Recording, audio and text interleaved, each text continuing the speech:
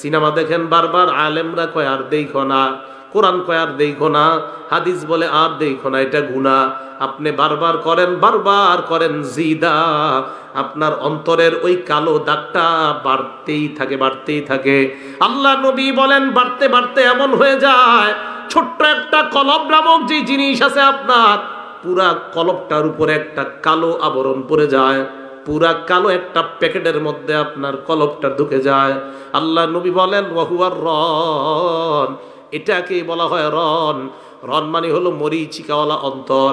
আল্লাহ এই রনের ব্যাপারে বলেন কাল্লা বাল রন আলা কুলুবিহিম মা কানু ইয়াকসিবুন।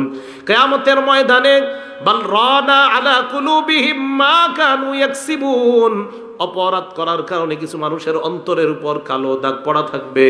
এই মানুষগুলা কিয়ামতের ময়দানে যখন উপস্থিত হবে, আল্লাহ বলেন কাল্লা ইন্নাহুম আর রাব্বিহিম ইয়াউমা ইযিল লামাহজুবুন, এই অপরাধীরা আল্লাহর থেকে আড়াল হয়ে যাবে।